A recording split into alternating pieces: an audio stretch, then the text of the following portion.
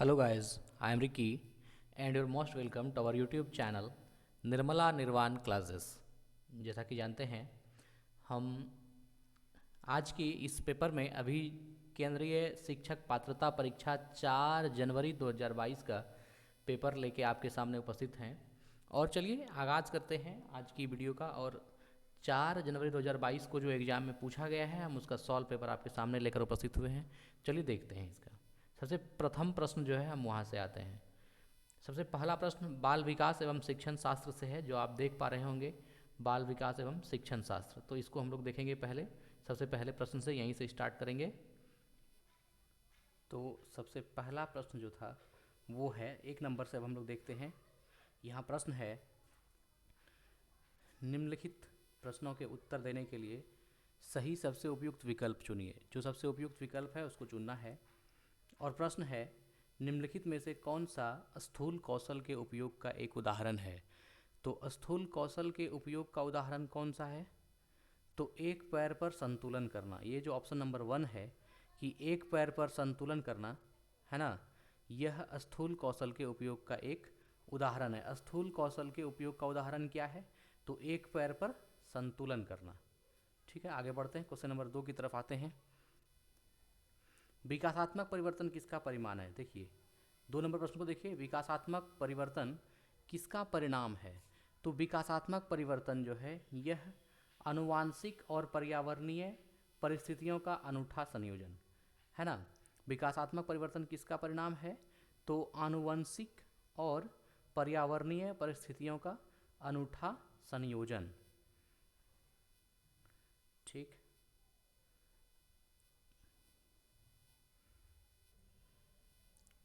अगला प्रश्न जो था 2 नंबर है ना, ये था विकासात्मक परिवर्तन किसका परिणाम है। तो विकासात्मक परिवर्तन आनुवांशिक और पर्यावरणीय परिस्थितियों का अनूठा संयोजन। ये देख लिए। क्वेश्चन नंबर 3 को देखते हैं। 2 वर्ष से 6 वर्ष की अवधि को क्या कहा जाता है? 2 वर्ष से 6 वर्ष की अवधि को क्या कहा जाता है? तो इसको प्रारंभिक बचपन क्या बोलते हैं? प्रारंभिक बचपन। 2 वर्ष से 6 वर्ष की अवधि को प्रारंभिक बचपन कहा जाता है ना, प्रारंभिक बचपन। चलिए 4 देखते हैं। अभिकथन दिया हुआ है और कारण दिया है। अभिकथन है ए में, शहरों में बच्चों का बहुत सारा खेल उन रियलिटी टीवी शो पर आधारित होता है जो वो देखते हैं। इसका कारण है कि इन दिनों परिवार और साथियों के अतिरिक्त मीडिया बच्चों के समाजीकरण का एक महत्वपूर्ण माध्यम बनता जा रहा है। तो इसका राइट आंसर ए है। ए और आर दोनों सही है तथा आर ए की सही व्याख्या भी करता है।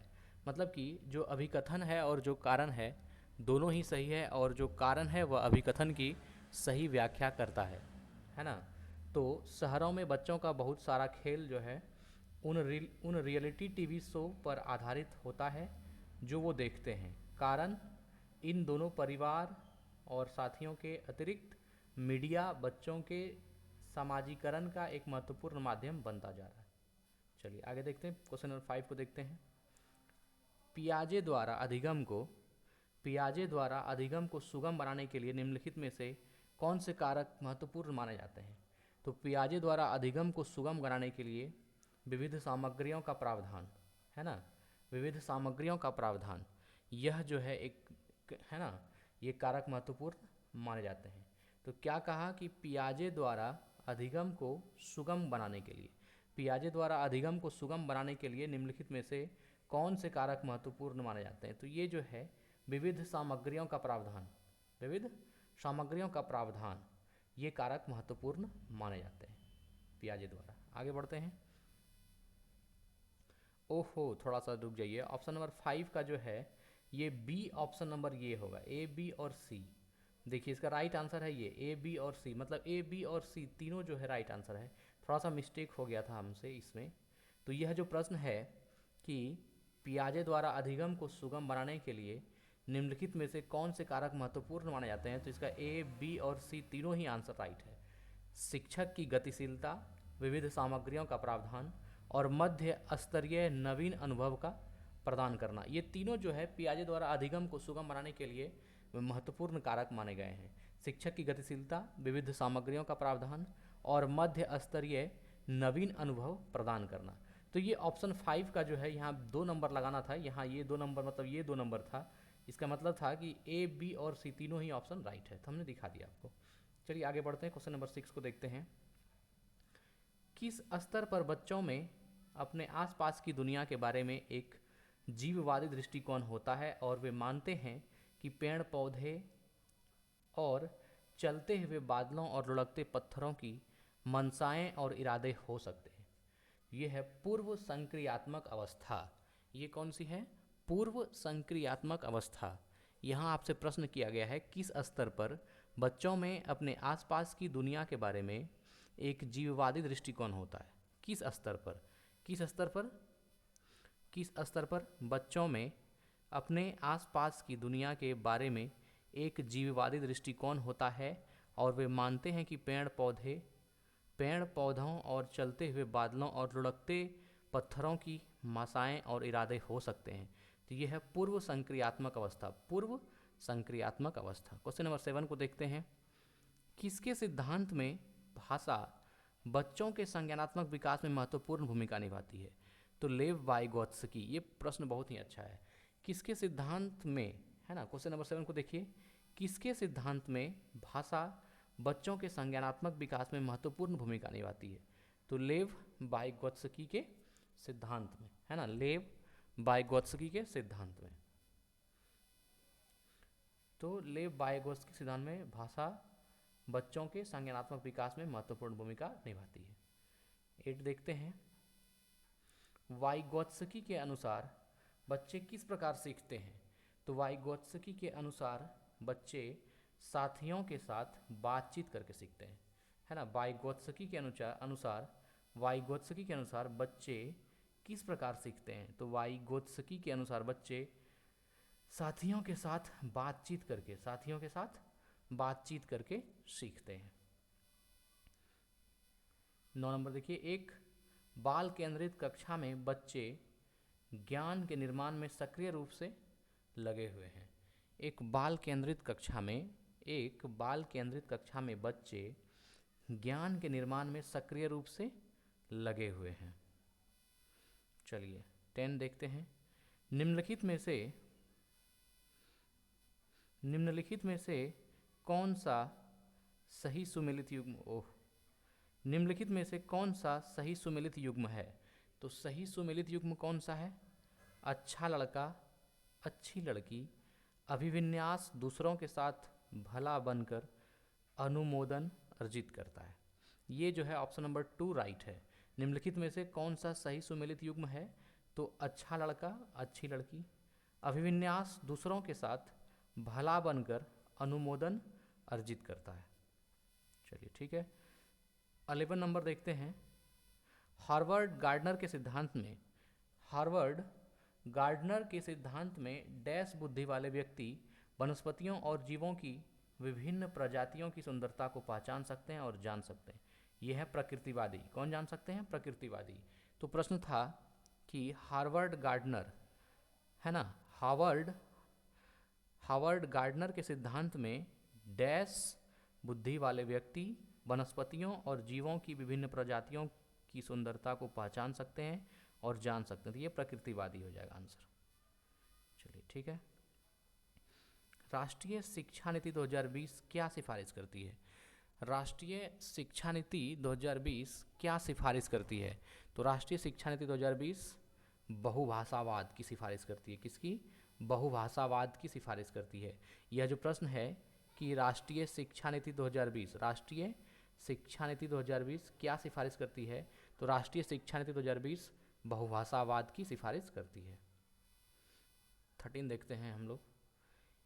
एक शिक्षिका यह धारणा रखती है कि लड़के अधिक बुद्धिमान और जोखिम लेने वाले होते हैं और लड़कियां आज्ञाकारी और ईमानदार होती है और उनके अनुसार व्यवहार करती है। यह किसका उदाहरण है? तो यह जेंडर पक्षपात का उदाहरण है। किसका उदाहरण है? जेंडर पक्षपात का। ऐसा और भी बहुत सारा प्रश्न हम लोगों ने आगे के सालों के क्वेश्चनों में देखा है हमने। तो यह जो है जेंडर पक्षपात है। लड़का ऐसा होती है, लड़की वैसी होती है, इस तरह की बातें जैसे ही होगी वो जेंडर पक्षपात पर चला जाएगा। चलिए 14 को देखते हैं। अभिकथन क्या है 14 में? शिक्षकों को बच्चों का आकलन करने के लिए विभिन्न प्रकार की आकलन तकनीक और विधियों का प्रयोग करना चाहिए, है ना। शिक्षकों को बच्चों का आकलन करने के लिए विभिन्न प्रकार की आकलन तकनीक और विधियों का प्रयोग करना चाहिए। कारण है, कोई भी एक मूल्यांकन तकनीक बच्चे की प्रगति और विकास के क्षेत्र के बारे में जानकारी प्रदान करने में सक्षम नहीं है। तो इसका आंसर देखिए, ए और आर दोनों सही है तथा आर ए की सही व्याख्या करता है। मतलब अभिकथन भी सही है और कारण भी सही है ना। अभिकथन और कारण दोनों ही सही है और दोनों उसका जो है सही व्याख्या भी करता है। ए और आर दोनों सही है, कोमा आर ए की सही व्याख्या करता है। मतलब अभिकथन जो है, शिक्षकों को बच्चों का आकलन करने के लिए विभिन्न प्रकार की आकलन तकनीक और विधियों का प्रयोग करना चाहिए, और इसका जो कारण है कि कोई भी एक मूल्यांकन तकनीक बच्चों की प्रगति और विकास के क्षेत्र के बारे में जानकारी प्रदान करने में सक्षम नहीं है। तो यह जो है दोनों सही है। चलिए आगे बढ़ते हैं। 15 देखते हैं क्या है। 15 नंबर, निम्नलिखित में से कौन सी स्थिति सीखने के लिए आकलन को नहीं दर्शाती? निम्नलिखित में से कौन सी स्थिति सीखने के लिए आकलन को नहीं दर्शाती?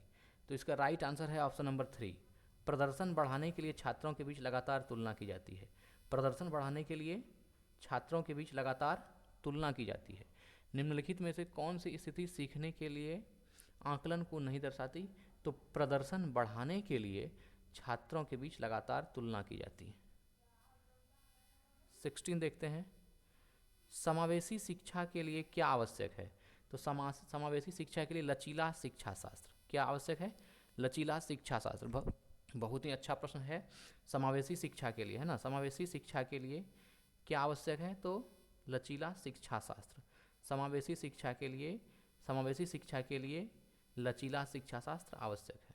चलिए आगे बढ़ते हैं। 17 देखते हैं, निम्नलिखित में से कौन सी दिव्यांगता सामाजिक संचार में चुनौतियों का कारण बनती है? निम्नलिखित में से कौन सी दिव्यांगता सामाजिक संचार में चुनौतियों का कारण बनता है? तो ये है आत्म केंद्रिता स्वलीनता।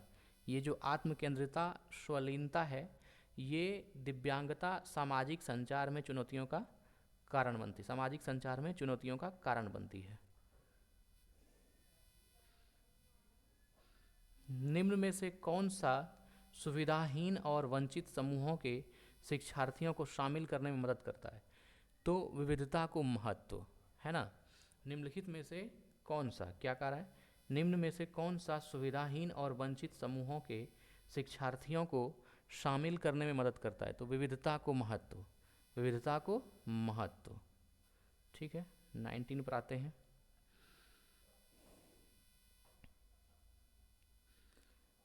सामग्री को कई तरीके से प्रस्तुतिकरण करने के प्रावधान से निम्नलिखित में से किसके समावेशन में मदद मिलेगी? क्या कह रहा है? सामग्री को कई तरीके से प्रस्तुतिकरण करने के प्रावधान से निम्नलिखित में से किसके समावेशन में मदद मिलेगी? तो इसका जो राइट आंसर है वह देखिए, इसका राइट आंसर है 4, ये वाला ABCD। तो इसका जो है श्रवण बाधित छात्र, दृष्टि बाधित छात्र, अधिगम कठिनाई महसूस करने वाले छात्र और गतिमान दिव्यांगता वाले छात्र, ये चारों जो है ऑप्शन ABCD, ये चारों ही क्या है, सही है। इसको एक बार आप फिर से देख लीजिए, अच्छा प्रश्न है कि सामग्री को कई तरीके से प्रस्तुतिकरण करने के प्रावधान से निम्नलिखित में से किसके समावेशन में मदद मिलेगी? तो श्रवण बाधित छात्र के समावेशन में मदद मिलेगी, दृष्टि बाधित छात्र के समावेशन में मदद मिलेगी, अधिगम कठिनाई महसूस करने वाले छात्र के समावेशन में मदद मिलेगी और गतिमान दिव्यांगता वाले छात्र के समावेशन में भी मदद मिलेगी।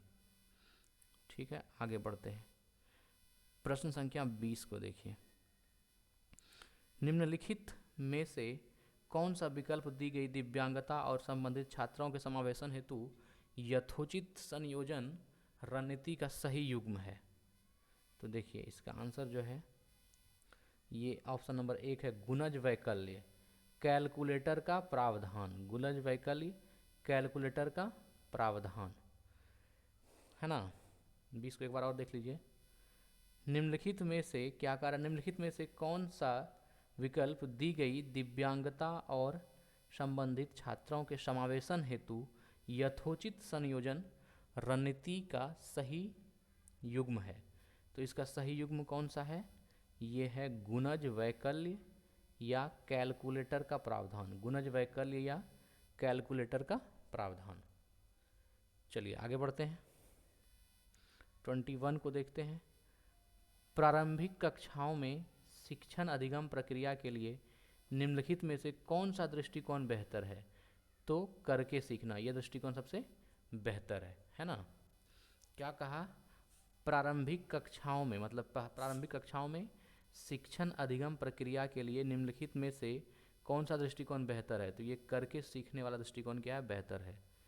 आगे बढ़ते हैं, अभिकथन है 22 नंबर में, अधिगम के लिए विद्यालय के सामाजिक अवसरों में भागीदारी महत्वपूर्ण है ना। अधिगम के लिए विद्यालय के सामाजिक अवसरों में भागीदारी महत्वपूर्ण है। कारण देखिए क्या है। अधिगम मुख्य रूप से एक सामाजिक क्रिया है। इसका ऑप्शन नंबर 1 राइट है, ए और आर। अभिकथन और कारण दोनों सही है तथा आर जो है, जो कारण है, वह अभिकथन की सही व्याख्या करता है। चलिए 23 को देखते हैं। कक्षा की गतिविधियों को सार्थक बनाने के लिए एक शिक्षिका को क्या करना चाहिए? उन्हें उचित संदर्भ में स्थित रखना, उन्हें उचित संदर्भ में स्थित करना चाहिए। उन्हें क्या करना चाहिए? उचित संदर्भ में स्थित करना चाहिए। कह रहा कक्षा की गतिविधियों को सार्थक बनाने के लिए एक शिक्षिका को क्या करना चाहिए? तो उन्हें उचित संदर्भ में स्थित करना चाहिए। चलिए ठीक है, 24 को देखते हैं। निम्नलिखित में से कौन सी शैक्षणिक पद्धति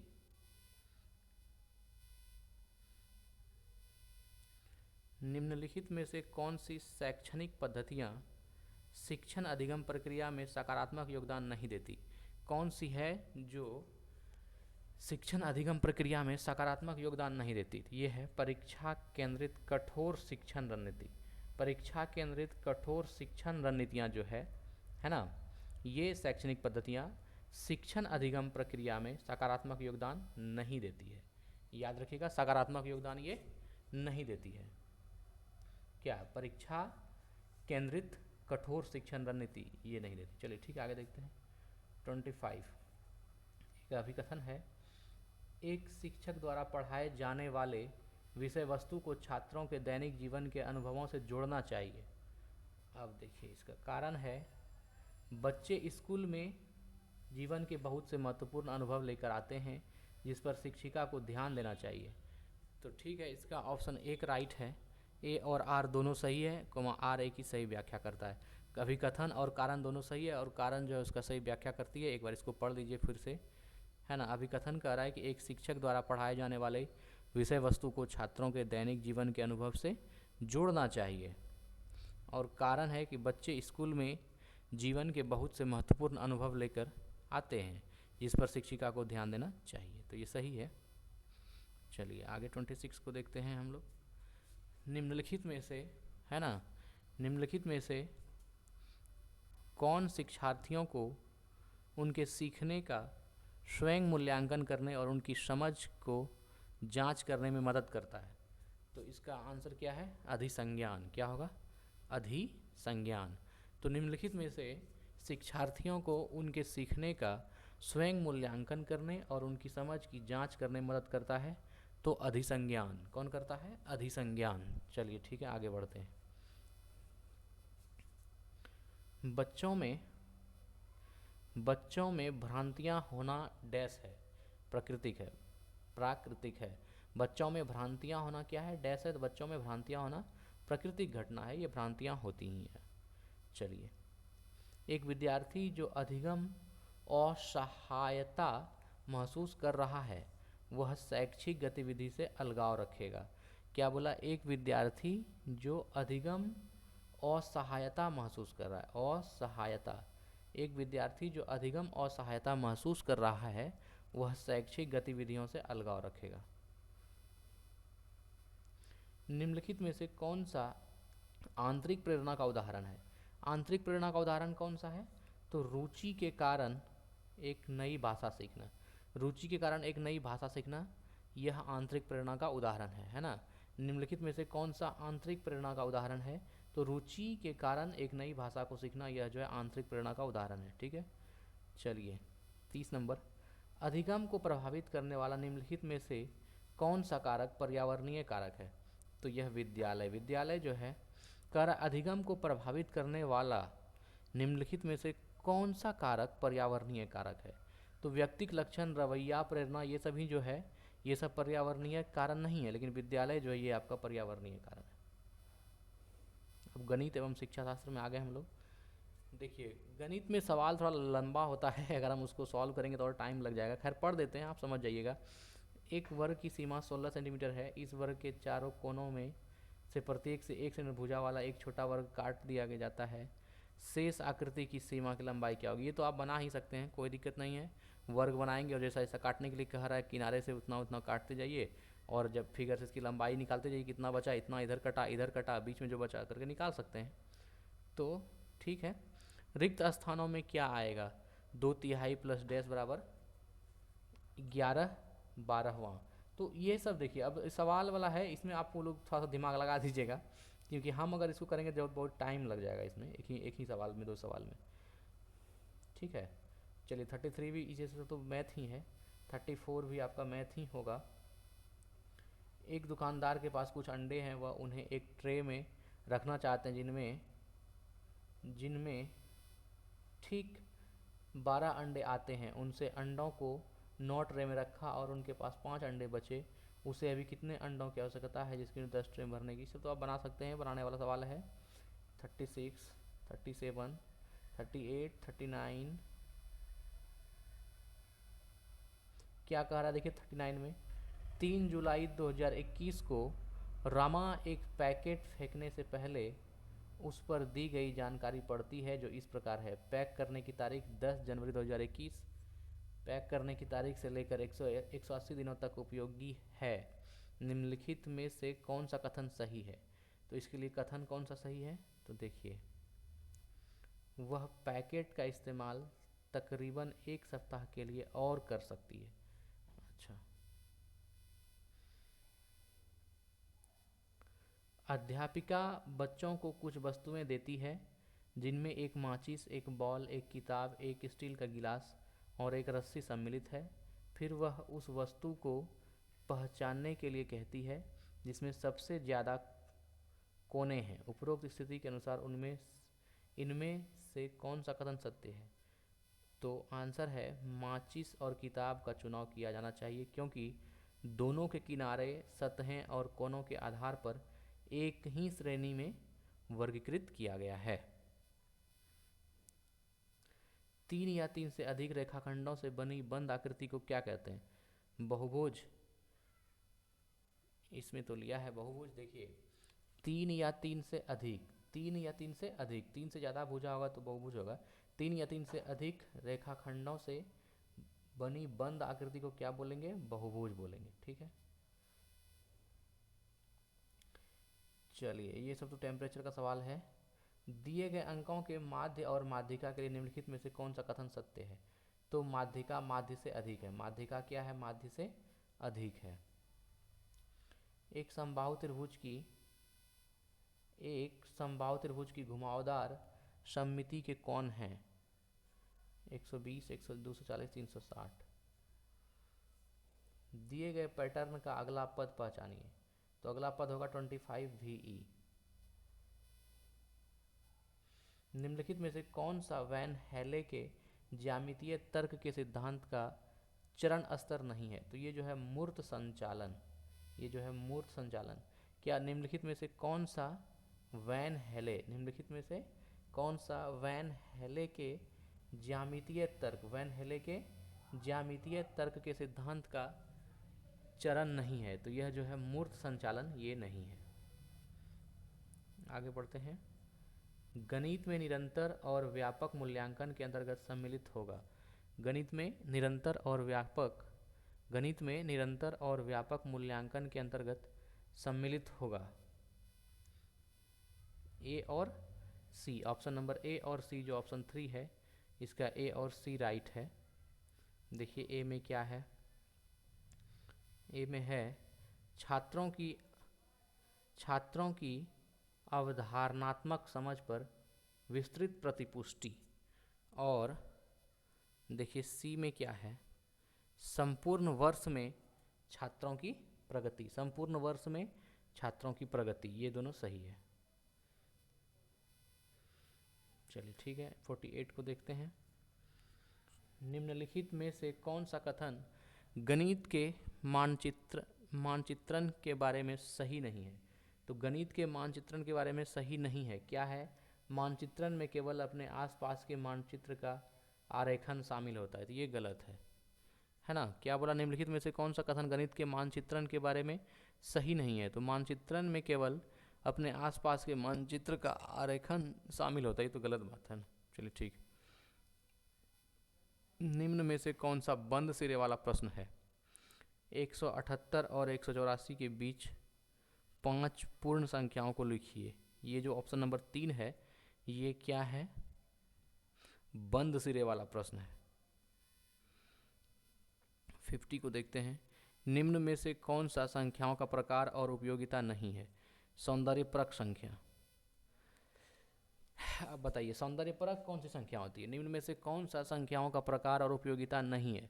सौंदर्यपरक संख्या, ना तो ये कोई उपयोगिता है और ना ही कोई प्रकार है संख्या। लंबाई का मापन पढ़ाते समय एक अध्यापिका छात्रों को अपनी मेज की लंबाई पैमाने के मापने बजाय कहती है, इस क्रियाकलाप को करने के लिए अति उपयुक्त कारण क्या है? वह चाहती है कि विद्यार्थी मापने के लिए मानक इकाइयों की आवश्यकता को समझे, है ना। वो इसलिए ऐसा बोलती है क्योंकि विद्यार्थी जो है वह चाहती है कि विद्यार्थी मापन के लिए मानक इकाइयों की आवश्यकता को समझे। 42। एक प्राथमिक विद्यालय की गणित की अध्यापिका ने अपने छात्रों को रूलर पैमाना निकालने के लिए कहा क्योंकि वह लंबाई के मापन का विषय पढ़ाने जा रही थी। छात्रों को भ्रांति हो गई कि वे राजा या रानी कैसे निकाल सकते हैं। इस प्रकार के शब्द श्रुति संभिन्नार्थक शब्द कहलाते हैं। कक्षा में अध्यापिका इस प्रकार की चुनौती को कैसे संबोधित कर सकती है? तो वह कैसे संबोधित करेगी, देखिए यहाँ। जब भी पढ़ाते समय इस प्रकार के शब्द आते हैं तब अध्यापिका को बच्चों का ध्यान गणित के संदर्भ में प्रयुक्त इनके विशिष्ट अर्थ की ओर आकर्षित करना चाहिए।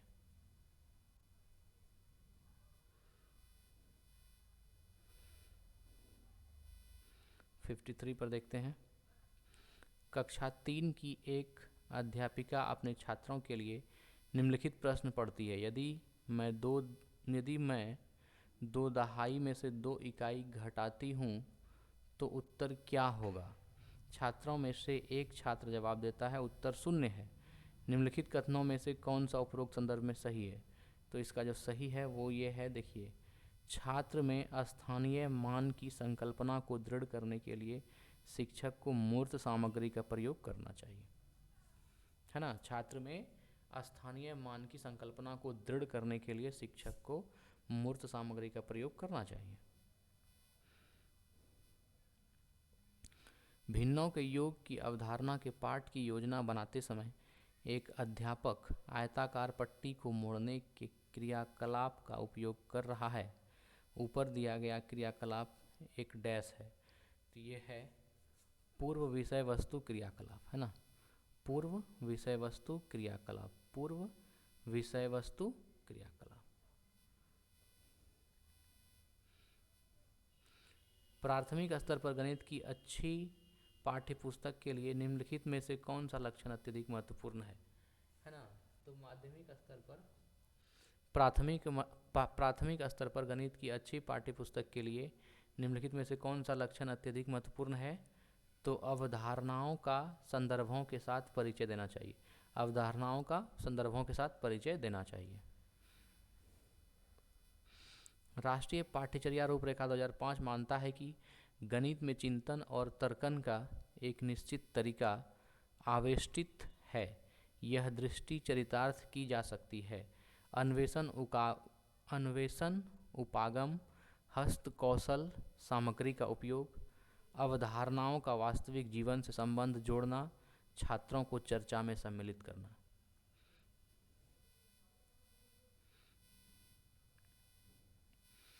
आगे है 57। एक एक गणित के शिक्षक के रूप में आप बच्चों के गणित के प्रदर्शन को सुधारने के लिए संभावित शिक्षकों को क्या परामर्श देंगे? तो आप परामर्श क्या देंगे? संभावित शिक्षकों को परामर्श देंगे बच्चों को उनके अवधारणात्मक और कार्यविधिक ज्ञान के बीच में संबंध स्थापित करने में सहायता करना। ठीक है ना? बच्चों को उनके अवधारणात्मक और कार्यविधिक ज्ञान के बीच में संबंध स्थापित करने में सहायता करना। कथन: शिक्षक छात्रों को संबंधों की खोज करने और अपने आप से प्रतिमान ढूंढने में एक सुसाध्य कार्य करता है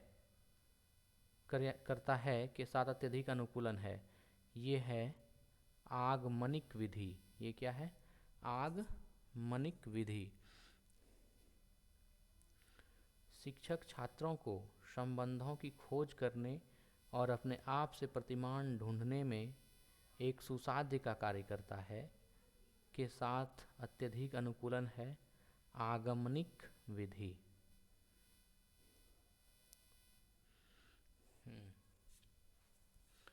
59 को देखते हैं क्या है इसमें। एक प्राथमिक कक्षा का अध्यापक अपने विद्यार्थियों को अपने पास पड़ोस में कक्षा 5वीं में पढ़ रहे लड़के और लड़कियों के आंकड़े एकत्रित करने के लिए कहता है। निम्नलिखित में से कौन सा इस क्रियाकलाप के उद्देश्य का अति उपयुक्तता से वर्णन करता है? तो इसका आंसर जो है ऑप्शन नंबर 2, प्रकरण आंकड़ों का प्रबंधन का परिचय देना। प्रकरण आंकड़ों का प्रबंधन का परिचय देना। प्रकरण आंकड़ों का प्रबंधन का परिचय देना। निम्नलिखित में से कौन सा एक चरण पोलिया द्वारा दिए गए समस्या समाधान के चरणों में से नहीं है? पुनः योजना बनाना। निम्नलिखित में से कौन सा एक चरण पोलिया द्वारा दिए गए समस्या समाधान के चरणों में नहीं है? तो पुनः योजना बनाना। चलिए, ये हो गया 60। अब 12 प्रश्न जो है पर्यावरण अध्ययन के हैं, इसको भी हम लोग देख लेते हैं। मगरमच्छ मुख्य रूप से शिकारियों द्वारा मारे जाते हैं त्वचा के लिए। किस लिए मारे थे? त्वचा के लिए। मगरमच्छ मुख्य रूप से शिकारियों द्वारा क्यों मारे जाते हैं? तो ये त्वचा के लिए मारे जाते हैं। बोरा चिपचिपे चावल की एक सामान्य किस्म है। यह मुख्य रूप से पाया जाता है। ये जो बोरा ये चिपचिपे चावल की एक सामान्य किस्म है। यह मुख्य रूप से पाया जाता है। ये कहाँ पाया जाता है? मुख्य रूप से असम में। ये मुख्य रूप से कहाँ पाई जाती है? असम में। चलिए 63 को देखते हैं। सर्दियों में दादी अक्सर निम्नलिखित के घोल से त्वचा को रूखेपन से बचाने के लिए उपयोग करती है। तो ये गुलाब जल, ग्लिसरीन और नींबू का रस। गुलाब जल, ग्लिसरीन और नींबू का रस, इससे जो है सर्दियों में दादी अक्सर निम्नलिखित के घोल, इन तीनों के घोल से त्वचा को रूखेपन से बचाने के लिए उपयोग करती है। ठीक, आगे बढ़ते हैं। एक छोटे से पेड़ या झाड़ी की शाखा से लटकने वाला घोंसला बनाने वाला पक्षी है सूर्य पक्षी। कौन है? सूर्य पक्षी। सूर्य पक्षी एक ऐसी पक्षी है जो एक छोटे से पेड़ या झाड़ी की शाखा से लटकने वाला घोंसला बनाने वाला पक्षी है। 65 ट्रेन टिकट पर PNR दर्शाता है। ट्रेन टिकट पर जो PNR होता है वो क्या दर्शाता है? तो ट्रेन टिकट पर PNR यात्री का नाम और रिकॉर्ड दर्शाता है। यात्री का नाम और रिकॉर्ड। ट्रेन टिकट पर PNR यात्री का नाम और रिकॉर्ड दर्शाता है। मलयालम में माँ की बड़ी बहन को क्या जाता है? तो मलयालम में माँ की बड़ी बहन को वल्लीयम्मा, क्या कहते हैं? वल्लीयम्मा कहा जाता है मलयालम में माँ की बड़ी बहन को, अर्थात मौसी को। निम्नलिखित में से कौन सा एक स्थान केरल में है? तो कोझिकोड जो है ये केरल में है। कौन सा एक स्थान केरल में है? तो कोझिकोड कहाँ है? केरल में है। चलिए 68 को देखते हैं। गांव का नाम वहां उगने वाले कई खेजड़ी पेड़ों के कारण पड़ा। इस गांव के लोग पौधों पेड़ों और जानवरों को बहुत देखभाल करते हैं। भारत में यह गांव है। भारत में ये गांव कहाँ है? राजस्थान में। खेजड़ी कहाँ है? राजस्थान में, है ना। भारत में ये गांव कहाँ है? राजस्थान में है। चलिए ठीक है। हाथियों के झुंड का मुखिया होता है। सबसे उम्रदराज मादा हाथी। हाथियों के झुंड का मुखिया कौन होता है? तो सबसे उम्रदराज हाथी जो होता है, मादा हाथी, सबसे उम्रदराज जो मादा हाथी होता है, मादा हाथी नहीं बोलिए, हाथियों के झुंड की वो मुखिया होती है। मिट्टी के बर्तनों को मजबूत बनाया जाता है बेक करके, है ना। मिट्टी के बर्तनों को मजबूत बनाया जाता है बेक करके। मिट्टी के बर्तनों को मजबूत कैसे बनाया जाता है? बेक करके। चलिए, पौधों का वह भाग जो दांत दर्द के उपचार के लिए उपयोग किया जा सकता है, लौंग, है ना। पौधों का वह भाग जो दांत दर्द के उपचार के लिए उपयोग किया जाता है, क्या है? लौंग है। चलिए 72, गेहूं के आटे से चपाती बनाने का सही क्रम पहचानिए। तो आटे को गूंथकर, आटे की छोटी छोटी लोइयां बनाकर, लोइयों को बेलकर और आग पर पकाकर, ये जो है गेहूं के आटे से चपाती बनाने का सही क्रम है ना। गेहूं के आटे से चपाती बनाने का सही क्रम पहचानिए। तो आटे को गूंथकर, आटे की छोटी छोटी लोइयां बनाकर, लोइयों को बेलकर और आग पर पकाकर। 73 को देखते हैं। नृत्य में मुख्य रूप से मुद्रा और भावनाएं प्रदर्शित करती है। भावना क्या कर रहा है? नृत्य में मुख्य रूप से मुद्रा और भावनाएं, नृत्य में मुख्य रूप से मुद्रा और भावनाएं डैश प्रदर्शित करती है। तो भावनाएं, है ना, भावनाएं। ठीक है, चलिए 74 पर आते हैं। जो बच्चे बोल और सुन नहीं सकते वे सीखते हैं सांकेतिक भाषा के माध्यम से। जो बच्चे बोल भी नहीं सकते, बोल और सुन भी नहीं सकते, वे किससे सीखते हैं? वे सांकेतिक भाषा के माध्यम से सीखते हैं। और ये लास्ट प्रश्न है 75, है ना। निम्नलिखित में से कौन अन्य से भिन्न है? नदी, पहाड़, झील, तालाब, झरना। तो ये पर्वत जो है अन्य से भिन्न है। पर्वत क्या है? सबसे भिन्न है। तो आज हम लोगों ने 4 जनवरी का, है ना, 4 जनवरी 2022 का जो है 75 प्रश्न देखा। आप जानते ही हैं कि मैं थोड़ा डेंगू का शिकार हो गया हूँ। अभी तक प्लेटलेट्स बहुत अच्छी स्थिति में नहीं आई है, लेकिन हाँ प्रयासरत हैं, बढ़ रहा है, वो 1 लाख तक आ गया है। तो थोड़ा सा परेशानी हो रहा है। हम घर में हैं लेकिन वीडियो शूट कर बना रहे हैं यहाँ पर भी आप लोगों के लिए। तो ठीक है, कैसा लगा जरूर बताइएगा। धन्यवाद। स्वस्थ रहें, अपना ख्याल रखें। जय हिंद।